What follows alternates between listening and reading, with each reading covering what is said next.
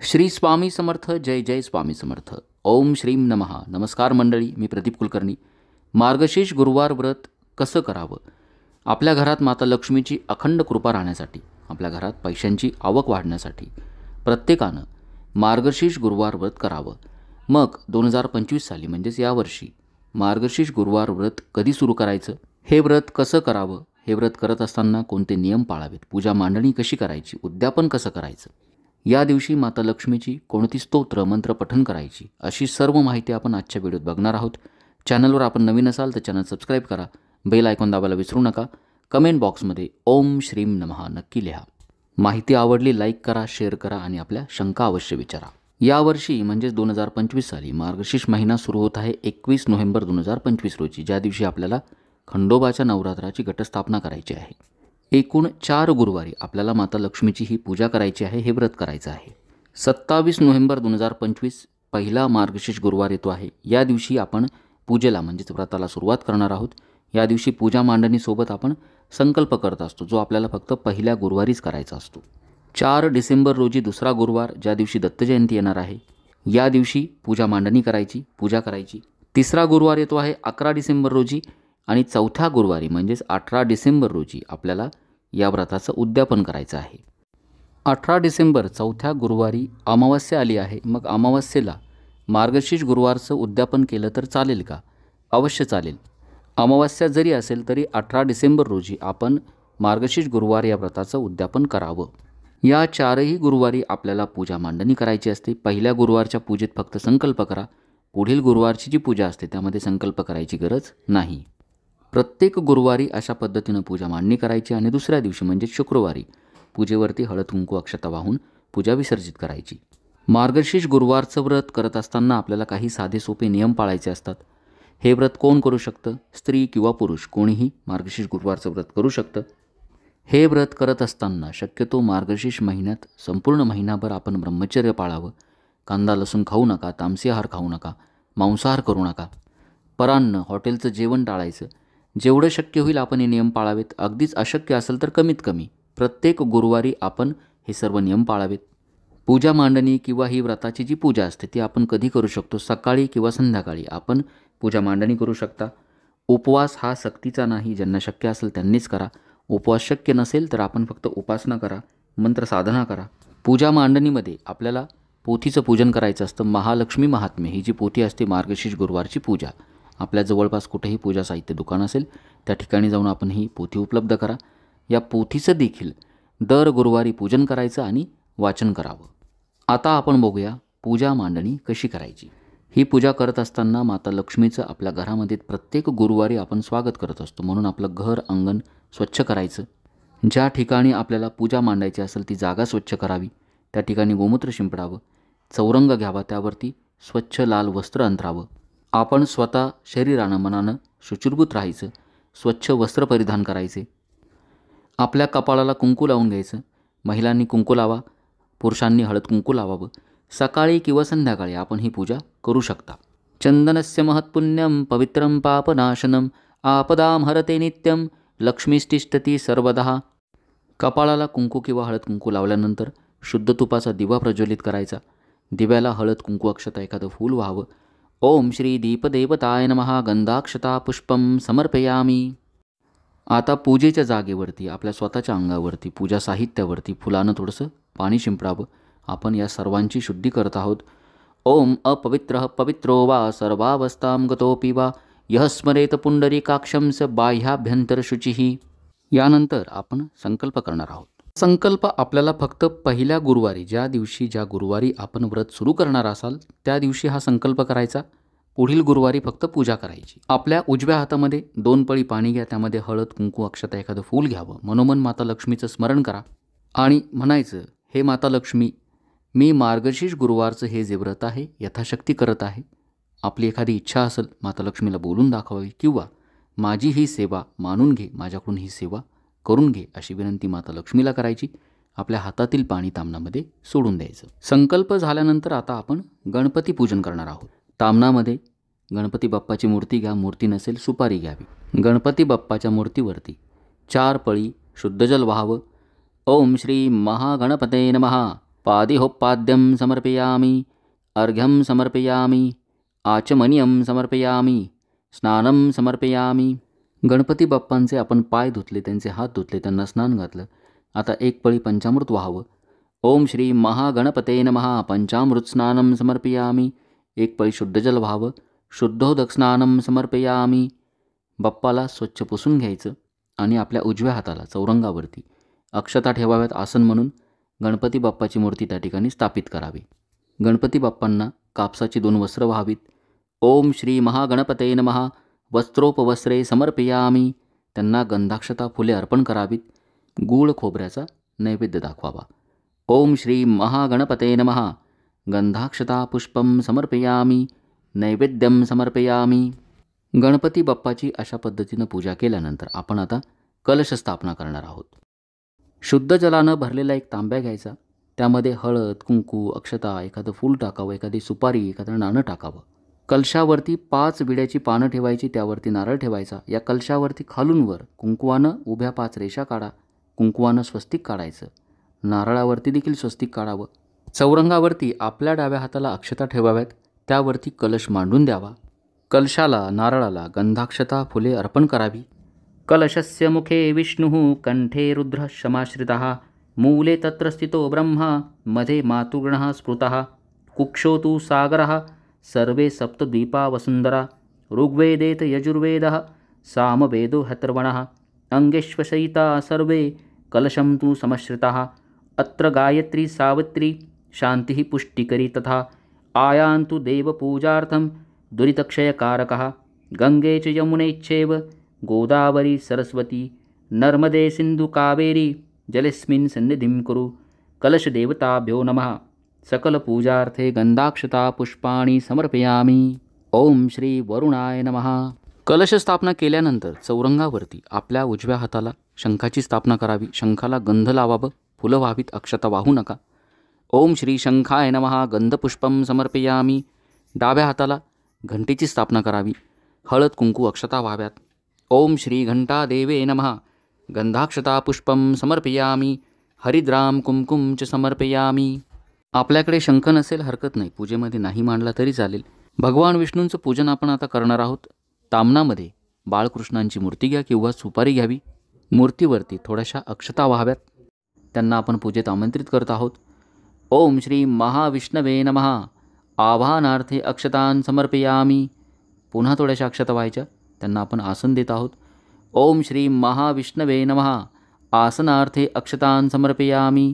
आता बाळकृष्णांच्या मूर्तीवरती 4 पळी शुद्ध जल व्हावं. ओम श्री महाविष्णवे नमः. पादिहोपाद्यं समर्पयामि, अर्घ्यं समर्पयामि, आचमनीयं समर्पयामि, स्नानं समर्पयामि. भगवान श्रीकृष्णांचे आपण पाय धुतले, हात धुतले, त्यांना स्नान घातलं. आता एक पळी पंचामृत व्हावं. ओम श्री महाविष्णवे नमः. पंचामृत स्नानं समर्पयामि. पुन्हा एक पळी शुद्ध जल व्हायचं. शुद्धोदक स्नानं समर्पयामि. आता गंधोदक स्नान. पळीभर पाण्यामध्ये थोडंसं कुंकू किंवा गंध टाकावं. मूर्तीवरती वाहून द्या. ओम श्री महाविष्णवे नमः. गंधोदक स्नानं समर्पयामि. पुन्हा एक पळी शुद्ध जल व्हायचं. शुद्धोदक स्नानं समर्पयामि. आपण जर बाळकृष्णाची आपल्याकडे मूर्ती नसेल, त्यांचं प्रतीक म्हणून सुपारी घेऊ शकता. स्नान घातल्यानंतर आता आपण पुरुष सुक्तानं त्यांना अभिषेक करणार आहोत. पळीभर पाणी सुपारीवरती किंवा बाळकृष्णाच्या मूर्तीवरती वाहत राहायचं आणि सोबत पुरुष सुक्ताचं 1 वेळा पठण करा किंवा श्रवण करा. आपल्या चॅनलवर व्हिडिओ आहे, लावून द्या. सोबत पठण केलं तरी चालेल. अभिषेक झाल्यानंतर मूर्ती स्वच्छ पुसून घ्यायची. चौरंगावरती आसन म्हणून थोड्याशा अक्षता ठेवा. त्यावरती बाळकृष्णांची मूर्ती किंवा सुपारी स्थापित करावी. त्यांना वस्त्र अर्पण करावी. कापसाची वस्त्र देखील अर्पण करू शकता. ओम श्री महाविष्णवे नमः. वस्त्रोपवस्त्रे समर्पयामि. त्यांना गंध लावावं, चंदन लावावं, अक्षता अर्पण कराव्यात, फुलं अर्पण करावी. ओम श्री महाविष्णवे नमः. गंधाक्षता पुष्पं समर्पयामि. भगवान विष्णूंचं अशा पद्धतीनं पूजन केल्यानंतर आपण आता माता लक्ष्मीला अभिषेक करणार आहोत, त्यांची पूजा करणार आहोत. माता लक्ष्मीची मूर्ती किंवा त्यांचं प्रतीक म्हणून सुपारी तामनामध्ये घ्या. प्रथम मूर्तीवरती थोड्याशा अक्षता व्हायच्या. माता लक्ष्मीला आपण पूजेमध्ये आमंत्रित करत आहोत. ओम श्रीं नमः. आवाहनार्थे अक्षतान् समर्पयामि. पुन्हा थोड्याशा अक्षता व्हाव्यात. माता लक्ष्मीला आपण आसन देत आहोत. ओम श्रीं नमः. आसनार्थे अक्षतां समर्पयामी. त्यानंतर एक पळी पाणी त्यांच्या पायावरती व्हायचं. ओम श्रीं नमः. पादयोपाद्यं समर्पयामी. त्यानंतर एक पळी पाण्यामध्ये थोडंसं हळद कुंकू अक्षता टाकाव्यात. मूर्तीवरती किंवा सुपारीवरती हे जल वाहून द्यावं. आपण त्यांचे हात धुत आहोत, ज्याला अर्घ्य म्हणतात. ओम श्रीं नमः. अर्घ्यं समर्पयामी.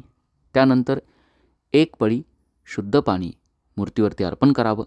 माता लक्ष्मीला आपण स्नान घालत आहोत. ओम श्रीं नमः. स्नानं समर्पयामी. एक पळी पंचामृत व्हायचं. पुन्हा एक पळी शुद्ध जल व्हावं. ओम श्रीं नमः. पंचामृत स्नानं समर्पयामी. शुद्धोदक स्नानं समर्पयामी. त्यानंतर एक पळी पाणी घ्यावं, त्यामध्ये थोडंसं गंध किंवा कुंकू टाकावं. गंधोदक स्नान घालावं माता लक्ष्मीला आणि पुन्हा एक पळी शुद्ध जल अर्पण करायचं. ओम श्रीं नमः. गंधोदक स्नानं समर्पयामी. शुद्धोदक स्नानं समर्पयामी. पळी पळीभर शुद्ध जल मूर्तीवरती किंवा सुपारीवरती अर्पण करायचं. एक वेळा श्रीसूक्त पठण करा किंवा श्रवण करा.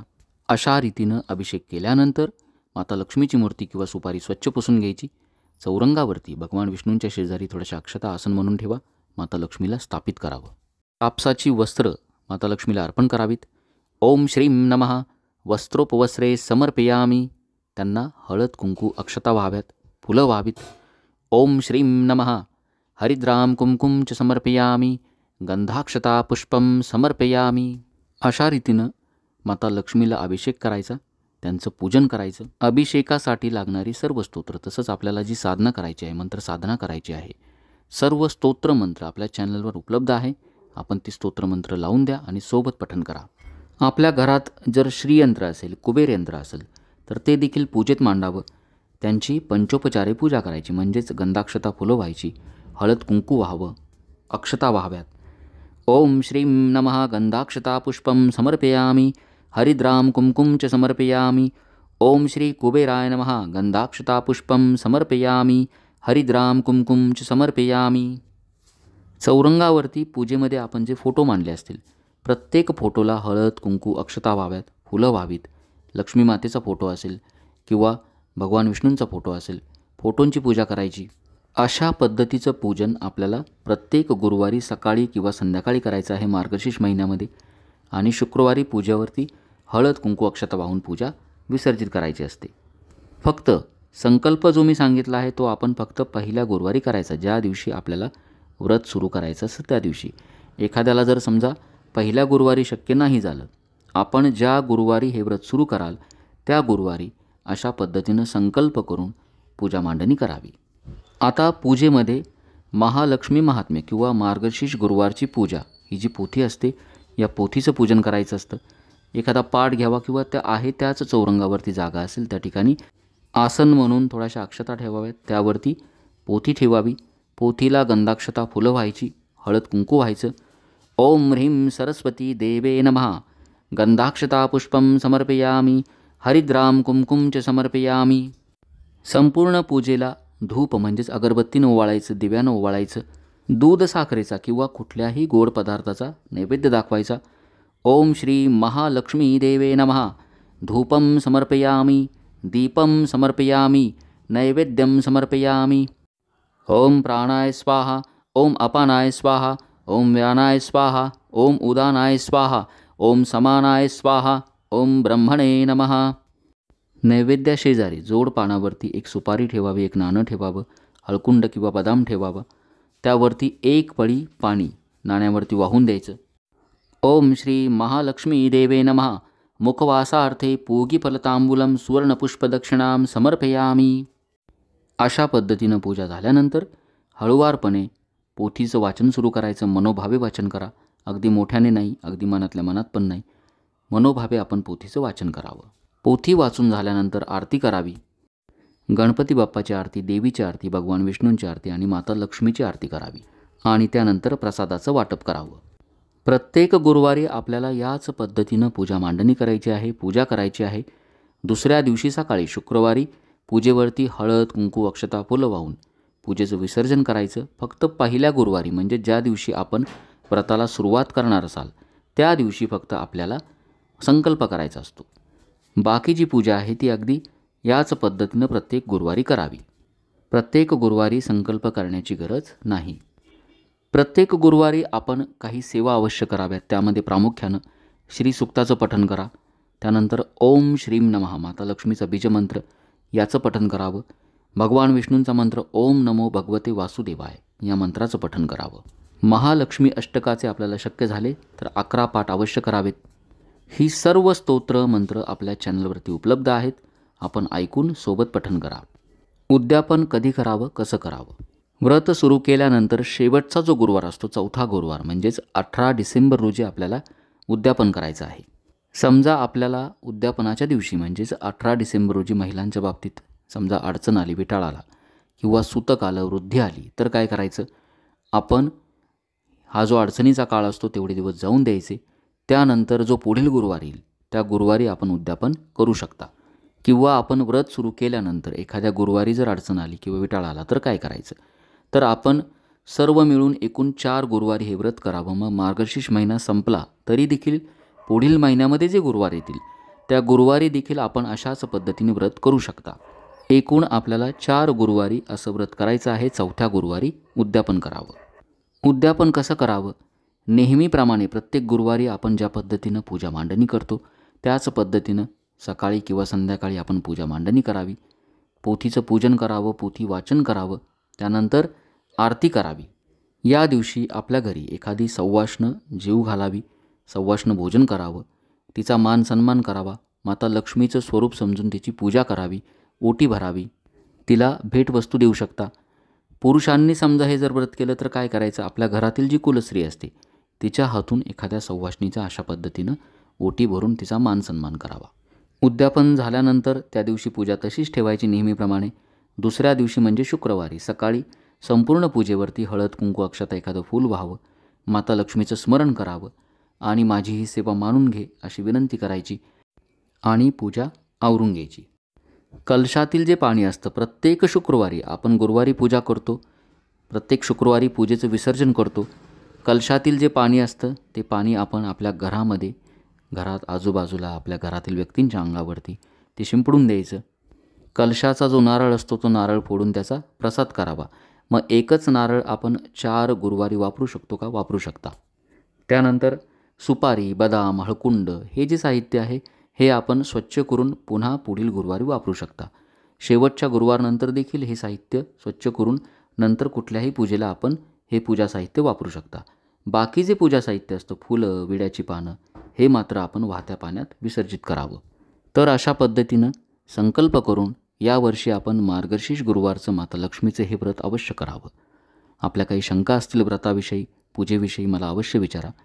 माहिती आवडली असेल लाईक करा. जास्तीत जास्त माता लक्ष्मीच्या भक्तांपर्यंत आपण हे सेवा शेअर करावी. कमेंट बॉक्समध्ये ओम श्रीम नमः नक्की लिहा. प्रत्येकानं हे व्रत करा. श्री स्वामी समर्थ. जय जय स्वामी समर्थ. ओम श्रीम नमः.